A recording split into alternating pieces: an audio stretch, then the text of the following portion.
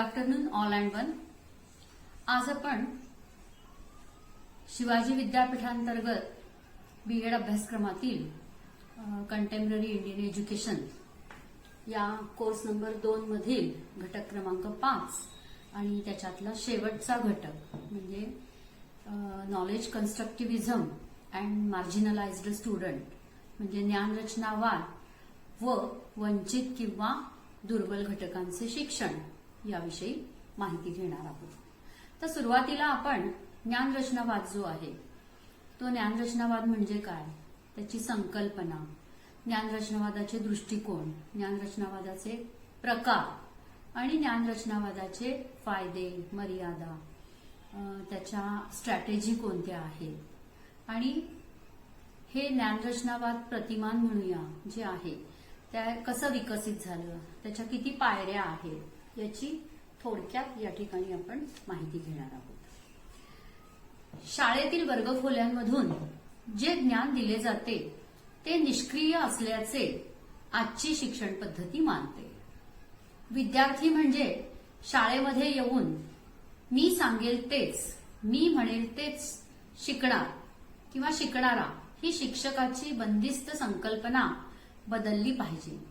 शिक्षण प्रक्रिया ही नैसर्गिक व सहज सुलभ असावी असे रुसो रवींद्रनाथ टागोरांचे मत आहे. त्यांच्या मते त्यांना अनुभवातून शिकू दे, त्यामुळे शिक्षण आनंददायी बनण्यास मदत होईल. विद्यार्थ्यांना शिक्षणाचे ओझे वाटू नये हेच राष्ट्रीय अभ्यासक्रम आराखडा एनसीएफ 2005 प्रमुख सूत्र आहे. यातूनच एक पर्यायी अध्यापन पद्धतीची शिफारस करण्यात आली आणि ती म्हणजेच ज्ञानरचनावाद होय.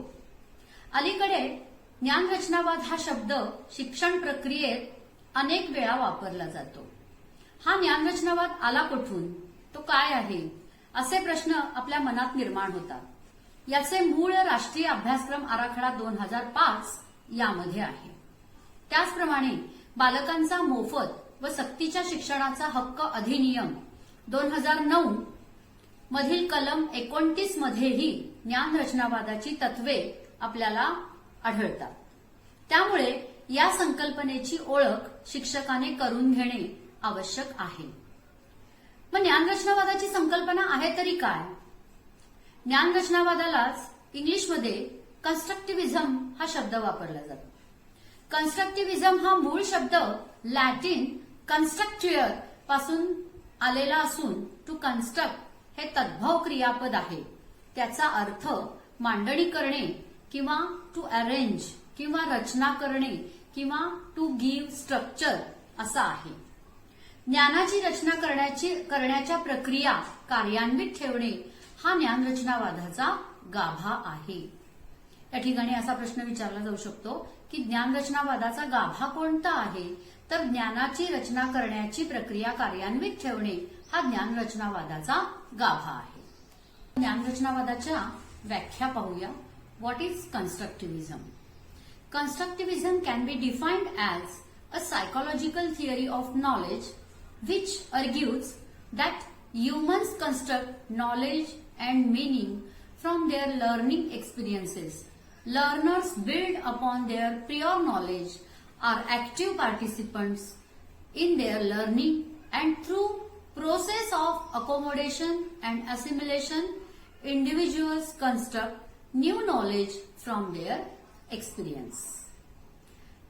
ज्ञानरचनावादाची दुसरी व्याख्या आहे पूर्वज्ञानाच्या किंवा पूर्वानुभवाच्या आधारे जेव्हा व्यक्ती नवीन संकल्पनाची रचना करते तेव्हा त्यातून अध्ययन घडते त्यास ज्ञानरचनावाद असं म्हणतात. दुसरी व्याख्या आहे पूर्वज्ञानाच्या किंवा पूर्वानुभवाच्या आधारे विद्यार्थी नवीन संकल्पनांची संबोधाची रचना करतो आणि त्यातून त्याचं अध्ययन घडतं त्यास ज्ञानरचनावाद असं म्हणतात. ज्ञानरचनावादाचा उगम शोधण्यासाठी कित्येक शतकं आपल्याला पाठीमागं जावं लागतं. सॉक्रेटिस व त्यांचे शिष्य यांच्या वैचारिक चर्चेत ज्ञानरचनावादाचे बीज आपल्याला सापडते. गिंबाटिस्का विको 1710 यांना ज्ञानरचनावादी तत्वज्ञ म्हणून ओळखले जाते. मानव हा निष्क्रिय ज्ञानप्राप्ती करणारा प्राणी नाही. अशा शब्दात पुढे इमॅन्युअल कांट यांनी या संकल्पनेचे स्पष्टीकरण केले आहे. प्राप्त माहिती व्यक्ती जशीच्या तशी स्वीकारत नाही. स्वतःच्या अनुभवांच्या आधारे तिची पुनर्रचना करतो. हा ज्ञानरचनावादाचा आत्मा आहे. ज्ञानरचनावादाच्या विकासात ड्युई, पियाजे, ब्रुनर, असुबेल, विगोत्स्की, ग्लेसरफेल्ड यांचे योगदान असल्याचे आपल्याला दिसून येते. पण या सर्वांमध्ये म्हणजेच ज्ञानरचनावादामध्ये पियाजे यांचं योगदान हे वैशिष्ट्यपूर्ण ठरतं. त्यांच्या मते knowledge is internalized by learners. He suggested that through process of accommodation and assimilation, individuals construct new knowledge from their own learning experiences. ज्ञानरचनावादाचा उगम किंवा पियाजे यांच्यामध्ये जर बोधात्मक विकासाच्या अवस्था जर आपण पाहिल्या तर जन्मापासून 2 वर्षापर्यंतची जी अवस्था आहे त्याला सेन्सरी मोटर स्टेज असं म्हटलेलं आहे. 2 ते 7 वर्षापर्यंतची जी विकासाची अवस्था आहे बालकाची तिला प्री ऑपरेशनल स्टेज असं म्हटलेलं आहे. 7 ते 11 या वयोगटातील बालकाच्या विकासाची अवस्था आहे त्याला कॉन्क्रीट ऑपरेशनल स्टेज असं म्हटलेलं आहे. आणि फॉर्मल ऑपरेशनल टू ऍडोलन्स स्टेज किंवा अडल्टहुड स्टेज इथे विकासाची अवस्था म्हणजे 25 नंतर सुद्धा आपल्याला दिसून येते. जीन पियाजे यांच्या ज्ञानरचनावादाच्या सिद्धांतावर जे ज्ञान प्रौढ व्यक्तींकडून मिळते त्यापेक्षा लहान मूल हे स्व अनुभवातून शिकते. शिकणारा जेव्हा वेगवेगळ्या कृती कार्यक्रमांमध्ये गुंतवून असतात वरील आकृतीवरून विकासाचे हे टप्पे आपल्याला अधिक स्पष्ट होण्यास मदत होते. पहिला टप्पा आहे सेन्सरी मोटर. या अवस्थेमध्ये बालकाचा कारक विकास हा जास्तीत जास्त झालेला असतो. अनेक प्रयत्नातून त्याचा एखादा प्रयत्न हा यशस्वी होत असतो. याच्यासाठी उदाहरण आपल्याला असं सांगता येईल. एखाद्या रांगणाऱ्या लहान मुलापुढं जर आपण चिरमुरे टाकले तर ते त्यावरती हाताची झडप मारतं आणि त्याच्या हातात एखादाच चिरमुरा लागतो. म्हणजे बोटाच्या चिमटीमध्ये ते चिरमुरे घ्यायचे किंवा मुठीमध्ये ते चिरमुरे घ्यायचे हा कारक विकास त्याच्यामध्ये तेवढा विकसित झालेला नसतो. या अवस्थेचा कालावधी जन्मापासून 18 महिने किंवा 2 वर्षाचा सांगितलेला आहे. या अवस्थेमध्ये कारक क्रियांचा जास्त समावेश करण्यात आलेला आहे. या अवस्थेमध्ये ज्ञान मर्यादित असते. याचा संबंध शारीरिक क्रिया आणि अनुभवांशी जोडलेला आहे आणि म्हणून ते सारखे वरील उदाहरणाला अनुसरून ट्रायल अँड एरर या पद्धतीद्वारे शिकण्याचा प्रयत्न करत असते. दुसरी अवस्था आहे प्री ऑपरेशनल स्टेज. या अवस्थेचा कालावधी 2 ते 7 वर्षाचा आहे. या अवस्थेतील बालकाचा भाषिक विकासाला सुरुवात झालेली असते. स्मृती म्हणजे स्मरण आणि कल्पना शक्तींचा विकास झालेला असतो. या अवस्थेतील बालकाच्या आकलन कक्षा रुंदावलेल्या असतात. भविष्यकाळ व भूतकाळातील घटनांमध्ये असणारे परस्पर संबंध स्पष्ट करू शकतात. कठीण अमूर्त संकल्पना, कार्यकारण मीमांसा, विविध घटनांचे परिणाम या गोष्टी किंवा बाबी या वयोगटातील मुलांकडून शिकल्या जात नाहीत. तर्क क्षमतांचे विकास कमी झालेले असते. यानंतरचा तिसरा मुद्दा आहे द कॉन्क्रीट ऑपरेशनल स्टेज. या अवस्थेतील बालकांचा कालावधी 7 ते 11 वर्षाचा आहे. या वयोगटातील बालकांची तर्क विचारशक्तीचा वरील अवस्थांवरून आपल्याला थोडक्यात असे स्पष्ट करता येते की विकासात्मक मानसशास्त्रामध्ये प्रथमतः जीन पियाजे यांनी ज्ञानाचे ठसे कल्पना मांडली. प्रत्येक मुलाचा विकास भोवतालच्या परिसराबरोबर आंतरक्रियात्मक होत असतो. या आंतरक्रिया घडत असताना त्यांच्या ज्ञानेंद्रियांमधून अनेक संवेदना प्राप्त होत असतात. या संवेदनाद्वारे त्यांच्या मेंदूमध्ये अनेक ठसे, ज्यालाच कॉग्निटिव्ह स्ट्रक्चर असं म्हटलेलं आहे, हे तयार होत असतात.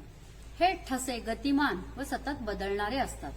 मेंदूतील पूर्वानुभव, परिसरातून प्राप्त होणाऱ्या संवेदनांशी होणाऱ्या आंतरक्रिया यावर या ठशांचे स्वरूप अवलंबून असते. एकमेकांशी संबंधित असलेले ठसे मिळून मानसिक साखळ्यांनी एकमेकांशी जोडले जातात. पियाजेने अशा ठशांना रूपबंध रचना किंवा स्कीमा असं म्हटलेलं आहे. या रचना अर्थपूर्ण असतात, मात्र दृश्य नसतात. मानवी मेंदू जेव्हा कोणतीही नवीन संवेदना, माहिती, अनुभव, दृश्य, श्राव्य, स्पर्श, गंध या स्वरूपामध्ये स्वीकारतो, तेव्हा तो कोणत्या रचनेशी जोडला जातो हे तपासतो. जर नवीन संवेदना जुन्या रचनेशी जोडली गेली तर जुनी रचना व्यापक बनते. यालाच पियाजेंनी अनुभवाचे सात्मीकरण किंवा असिमिलेशन असं म्हटलेलं आहे. मिळणारा किंवा प्राप्त होणारा अनुभव हा जर गंधाशी किंवा चवीशी निगडीत असेल, म्हणजे एखादा पदार्थ यापूर्वी जर आपण खाल्लेला असेल आणि ती चव जर आपल्याला आवडलेली असेल, तर तोच पदार्थ पुन्हा खात असताना आपण मागच्या स्मृती किंवा मागे मिळालेला जो अनुभव आहे हा नवीन अनुभवाशी जोडण्याचा प्रयत्न करतो आणि त्याच्यामध्ये त्या दोन अनुभवांमध्ये परस्पर सांगड घालून आपण असं म्हणतो की मी मागे या ठिकाणी खाल्लेले गुलाबजाम हे चांगले होते, आत्ता जो गुलाबजाम मी खाल्ला त्याला ती चव नाही. हा अनुभव आपण त्या ठिकाणी व्यक्त करून सांगतो. यालाच पियाजेंनी अनुभवाचे सात्मीकरण, असिमिलेशन असं म्हटलेलं आहे. अनुभव जेवढे आपले समृद्ध असतात तेवढी ज्ञानाची रचना किंवा ज्ञानाची निर्मिती ही अधिक होण्यास मदत होत असते. काही वेळा नवीन संवेदना जुन्या रचनेशी जोडल्या जात नाहीत. अशा संवेदना तात्पुरत्या स्मृती कक्षामध्ये पडून राहतात व नंतर त्या नष्ट होतात. परंतु या संवेदना पूर्वीच्या जुन्या रचनेत बसण्यासाठी मूळची रचना आपल्याला बदलावी लागते. त्या संवेदनाच्या संदर्भातील जुनी रचना बदलून नवीन ज्ञानाच्या रचना या ठिकाणी विकसित झालेल्या असतात. बाह्य जगात घडणाऱ्या घडामोडी, घटना याविषयी जाणीव जागृती निर्माण झालेली असते. संदर्भ क्षमतांचे विकसन हे झालेले असते. चौथी अवस्था आहे adolescence stage. Adulthood is the formal operational stage. ज्या संकल्पना विकसित झालेल्या असतात त्यासाठी संकेत, चिन्हे, सांकेतिक भाषांचा वापर केला जातो. विचारशक्तींचा विकास झालेला असतो. जास्त विचार करतात. अमूर्त संकल्पनांविषयक जास्त विचार केला जातो. नवीन रचना तयार करणे या प्रक्रियेला जीन पियाजे यांनी अकोमोडेशन म्हणजेच समायोजन असं म्हटलेलं आहे. म्हणजेच येथे पहिले किंवा जुने ज्ञानरूपण बदलून नवीन ज्ञानरूपण किंवा ज्ञानाची रचना ही तयार होते.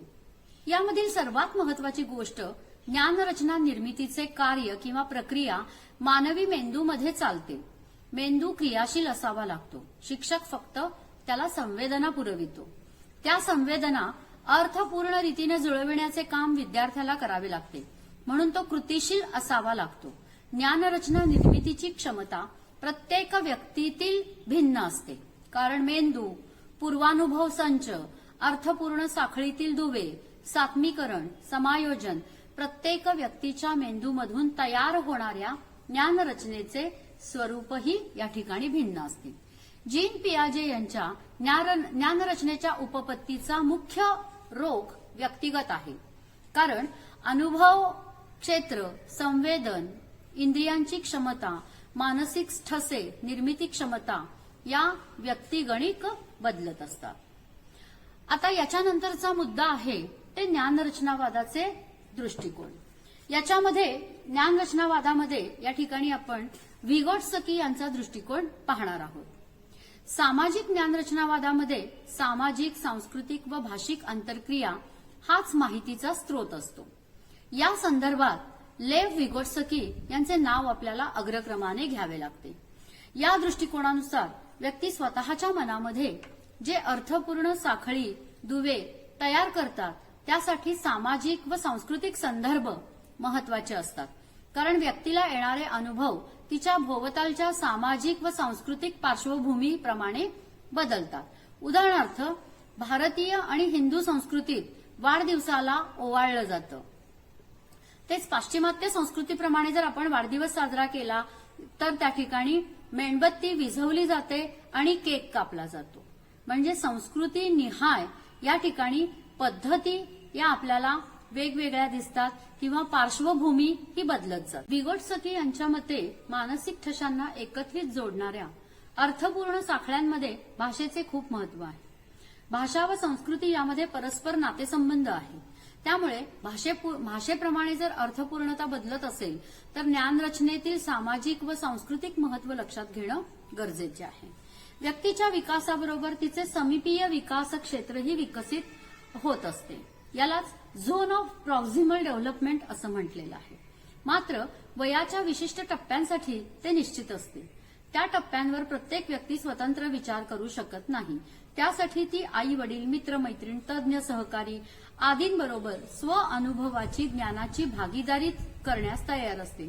त्यामुळे ज्ञानरचना निर्मितीमध्ये प्रवाह परिपक्वतेकडून अपरिपक्वतेकडे असतो. त्यामुळे या टप्प्यावर शिक्षकाच्या परिपक्व भूमिकेची खूप मोठी गरज असते. शिक्षकाची परिपक्व भूमिका याचाच अर्थ असा आहे की शिक्षकाचे अनुभव हे या ठिकाणी समृद्ध असणं गरजेचं आहे.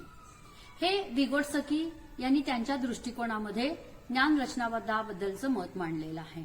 यानंतरचा ज्ञानरचनावादाचा ग्लेसरफिल्ड यांचा दृष्टिकोन. समूळ ज्ञानरचनावादामध्ये ग्लेसरफिल्ड या मानसशास्त्रज्ञांचं कार्य आपल्याला विचारात घ्यावं लागेल. याच्यामध्ये त्यांनी जगात उपलब्ध असलेले ज्ञान याला ज्ञानसरिता असं म्हटलेलं आहे. या ज्ञानसरितेतून व्यक्ती ही ज्ञान गोळा करत असते आणि प्रत्येक व्यक्ती एकमेकांकडून ते ज्ञान देत असते.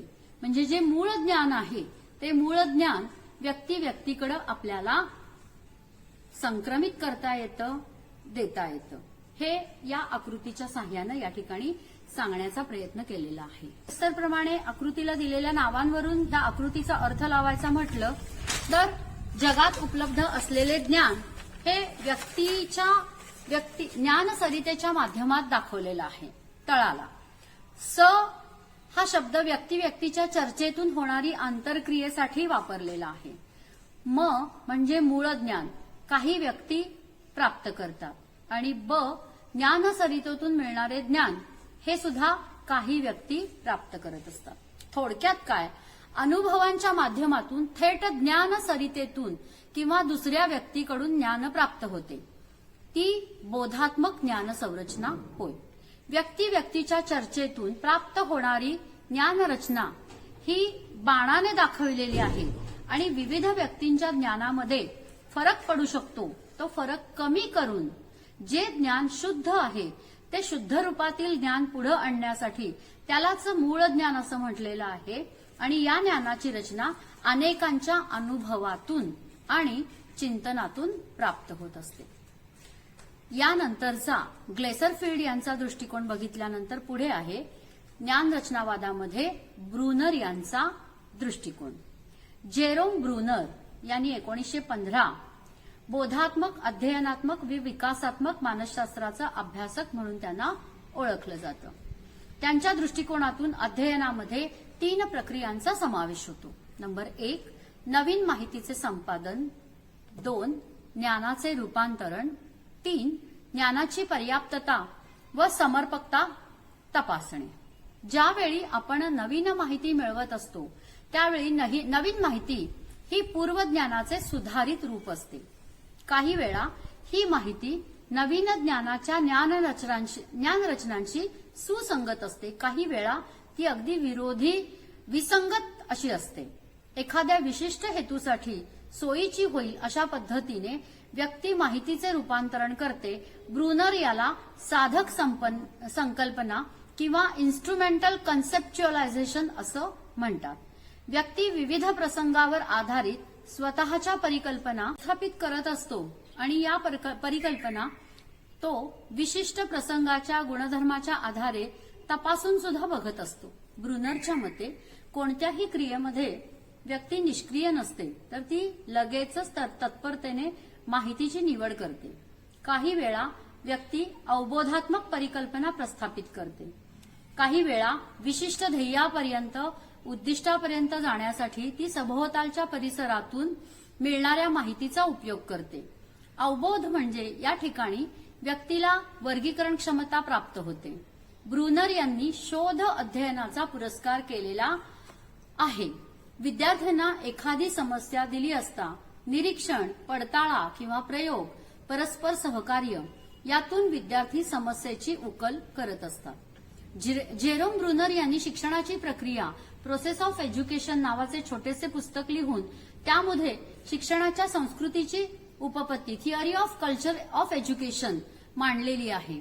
या ग्रंथात त्यांनी शिक्षण प्रक्रियेतील संबोध प्रक्रियेचे महत्व विशद केलेले आहे. ब्रुनर यांच्या मते शिक्षण हे कृती, प्रतिमा व प्रतीके या माध्यमातून प्राप्त होत असते. म्हणजेच प्रथम मूल हे कृतीतून शिकते, नंतर ते प्रतिमांच्या म्हणजेच अनुभवांच्या साह्याने शिकते व नंतर ते विविध प्रकारच्या प्रतीकांच्या म्हणजेच भाषेच्या माध्यमातून शिकत असते. मनुष्य प्राण्याशिवाय इतर प्राणीमात्रांना शेवटचा मार्ग विकसित करता आलेला नाही, त्यामुळे त्यांची प्रगती खुंटली असावे असे आपणास या ठिकाणी म्हणता येईल. सन 1973 मध्ये ब्रुनर यांनी त्यांच्या उपपत्तीमध्ये 3 तत्वांचा समावेश केलेला आहे. तत्व क्रमांक 1, अध्ययन विषय जर मुलांच्या पूर्वानुभवाशी संबंधित असेल तर मुले शिकायला तयार होतात. तत्व क्रमांक 2, अध्ययन विषयाची मांडणी व्यवस्थित झालेली असेल तर मुलांचे आकलन सुलभ होते. म्हणजेच पाठ्यवस्तूची मांडणी समकेंद्र पद्धतीने करणे या ठिकाणी अपेक्षित आहे किंवा आवश्यक आहे. थोडक्यात काय तर विद्यार्थी पूर्वीचे व वर्तमान अनुभव व ज्ञान आणि कल्पना यांच्या आधारे स्वतःच्या ज्ञानाची निर्मिती करत असतात. हे ज्ञानरचनावादाचं प्रमुख तत्व आहे. जॉन डुई यांच्या मते जेव्हा समस्यात्मक प्रसंगांमध्ये विद्यार्थ्यांकडे कृती करण्याची क्षमता असते तेव्हा त्यांचे अर्थपूर्ण अध्ययन घडते. ज्ञानरचनावादामध्ये पूर्वज्ञान व विविध कल्पना यांना जोडण्याची संधी दिली जाते. त्यावरून सूत्ररूपाने आपल्याला अशी मांडणी करता येईल की पूर्व अनुभव अधिक नवीन कल्पना, नवीन माहिती किंवा संवेदना जर आपण त्याला प्राप्त करून दिल्या तर त्यातून निर्माण काय होतं तर नवीन ज्ञान रचना किंवा बोधात्मक रचना ही तयार झाल्याचं आपल्याला दिसून येतं. परंतु व्यक्तिगत ज्ञान हे पूर्णतः बरोबर असेलच असे नाही, कारण येथे व्यक्तीने लावलेला त्या संवेदनाचा अर्थ पूर्व अनुभवांशी सापेक्ष असतो. त्यामुळे येथे 3 पर्याय आपल्याला प्राप्त होतात. पर्याय क्रमांक 1, नवीन संकल्पनेला लावलेला अर्थ हा पूर्ण बरोबर असेल तरी तो सर्वसामान्य असतो. पर्याय 2, नवीन संकल्पनेला लावलेला अर्थ हा पूर्णतः चूक असतो, म्हणजे सर्वसामान्यांशी न जुळणारा असेल तर. आणि पर्याय क्रमांक 3, नवीन संकल्पनेला लावलेला अर्थ अंशतः बरोबर असेल, म्हणजेच सर्वसामान्यांशी थोडाफार किंवा मिळता जुळता असेल तर. असे घडण्याची 2 कारणं आहेत, ती पुढील प्रमाणे.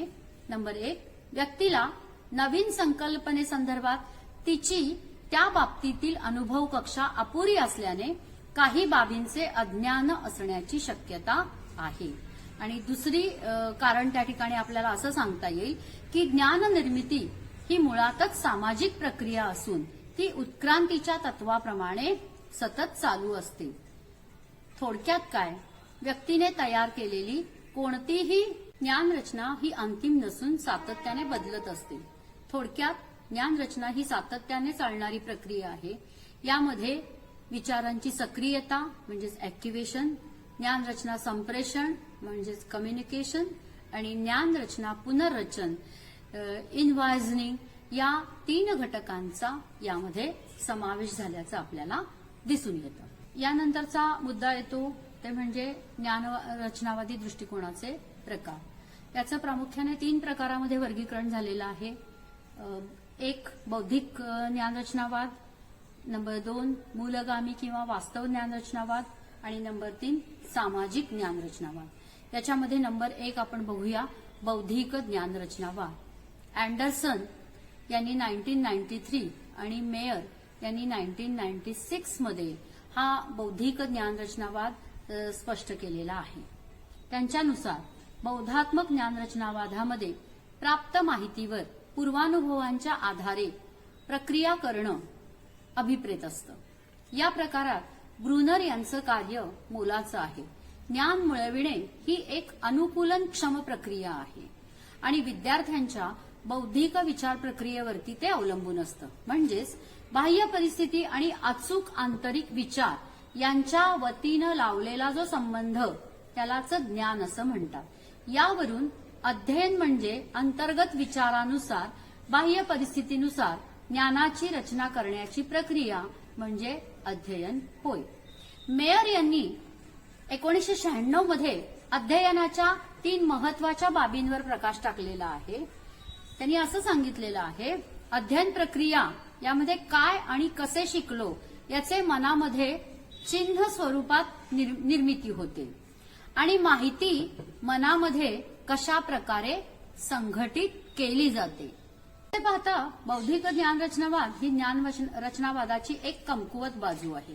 कारण ज्ञानाची रचना जरी प्राथमिक स्वरूपाची प्रक्रिया असली तरी ती बौद्धिक व्यक्तिगत विचार प्रक्रियेवरती आधारित असते. कारण व्यक्तिपरत्वे अनुभव निर्मितीमध्ये भिन्नता आढळून येते. तसेच व्यक्तीच्या पूर्वानुभवांमध्ये तफावतही असते. बौद्धिक ज्ञानरचनावादाची ऐतिहासिक पार्श्वभूमी बघितली तरी त्यामध्ये माहिती प्रक्रियाकरणाशी संबंधित अध्ययन, स्मरण, कॉग्निशन, स्कीमा थेरी, स्मरण प्रतिमाने यांचाच समावेश आपल्याला आढळतो.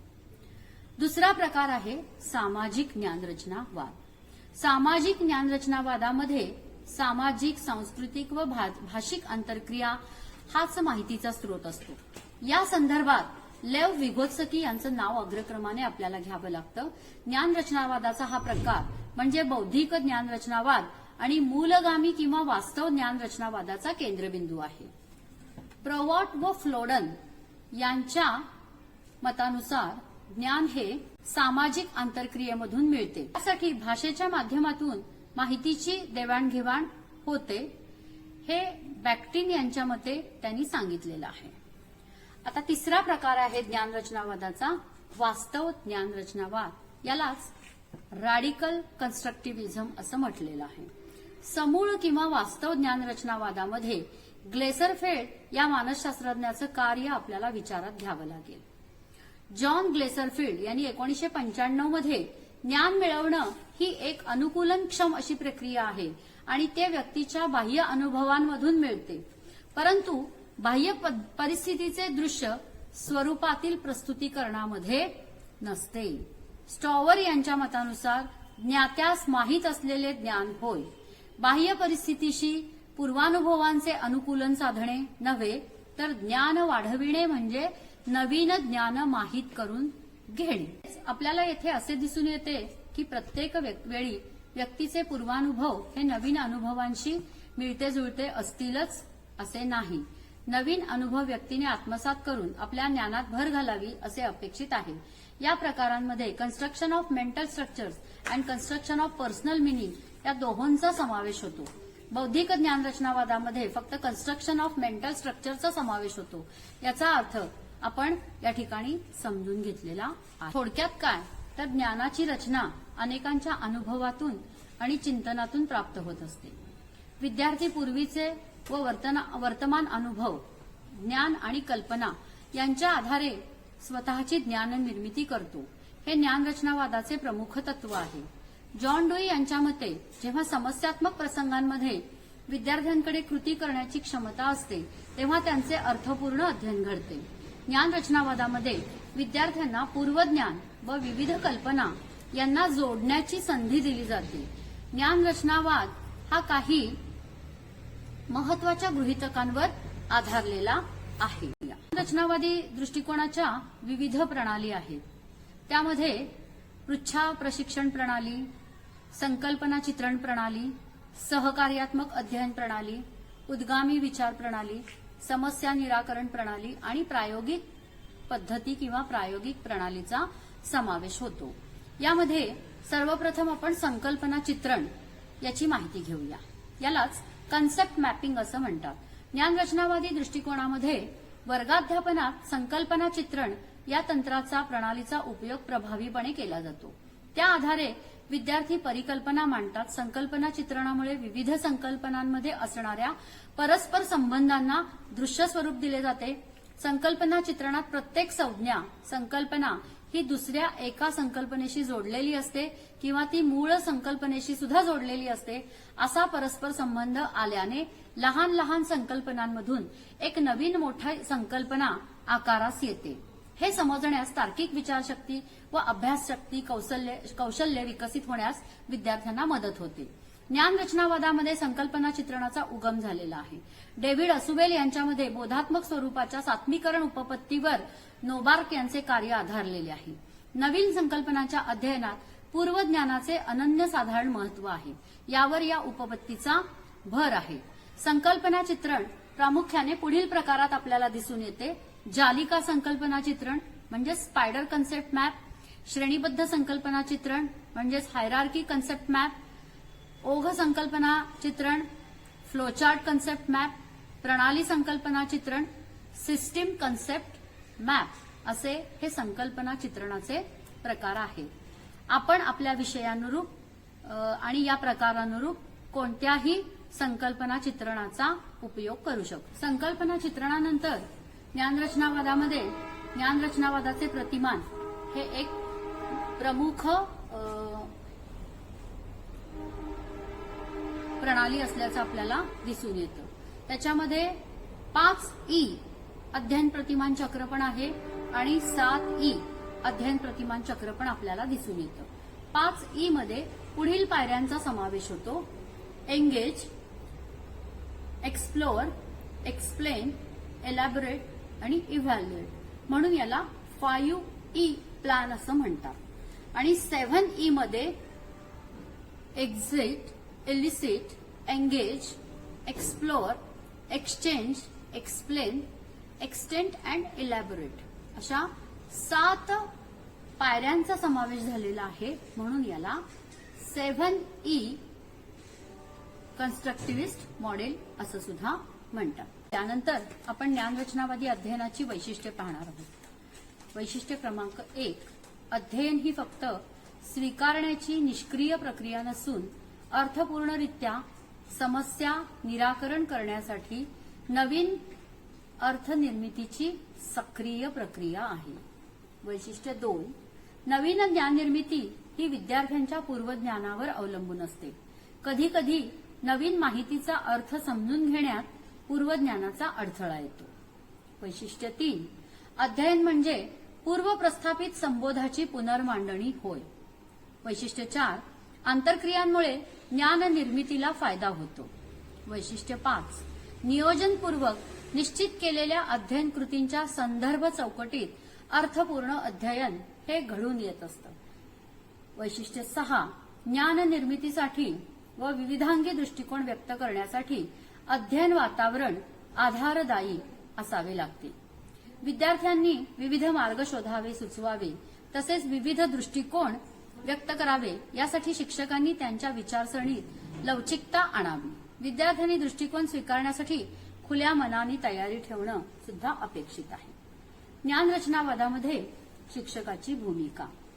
ज्ञान निर्मितीच्या प्रत्येक प्रक्रियेमध्ये विद्यार्थी काय शिकला यापेक्षा कसा शिकला याला महत्व आहे.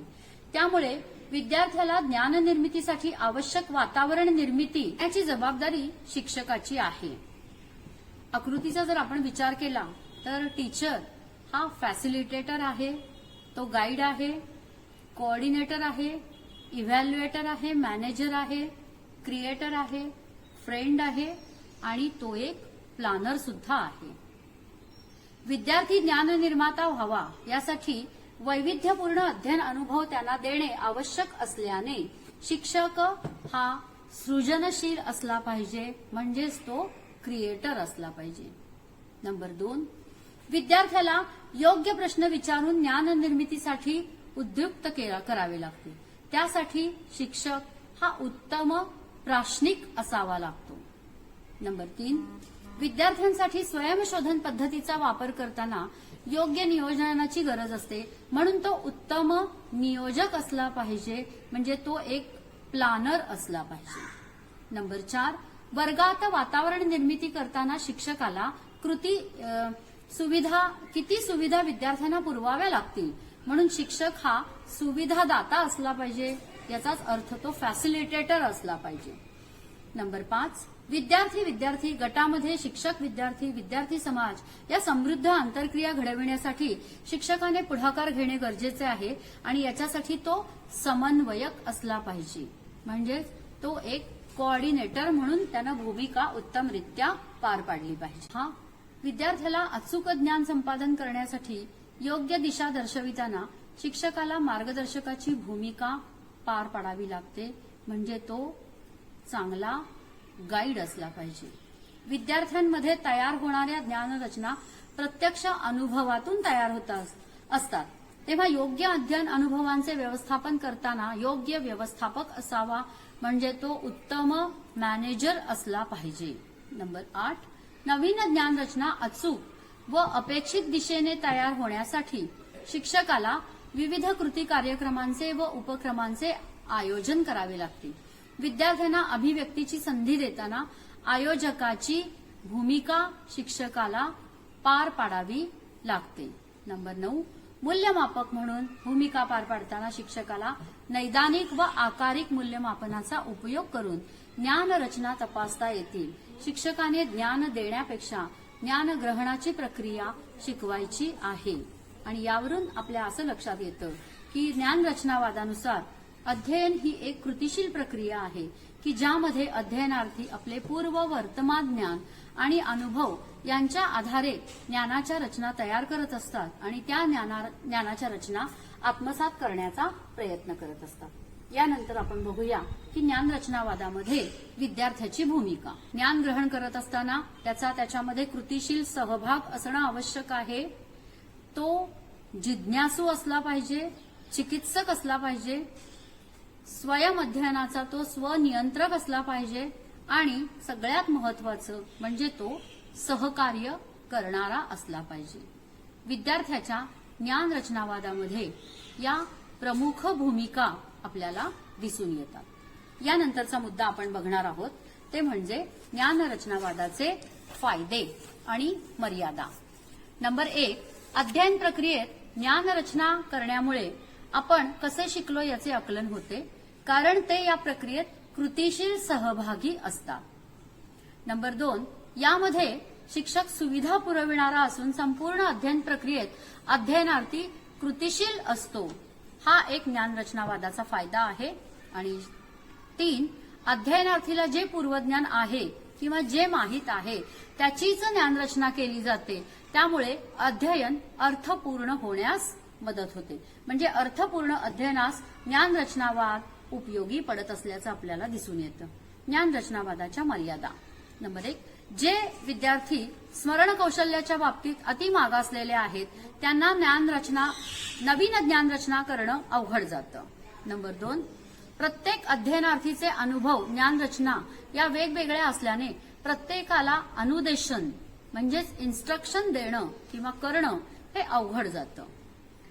नंबर 3, शिक्षकाची भूमिका सुविधा पुरविणारा म्हणजे फॅसिलिटेटर असल्याने अध्ययनार्थीकडून माहितीचे विश्लेषण, अर्थनिर्वचन खरोखर केले जाते का नाही याची वारंवार तपासणी करावी लागते. आणि 4थी मर्यादा आहे शिक्षकाला पूर्वनियोजन खूप करावे लागते.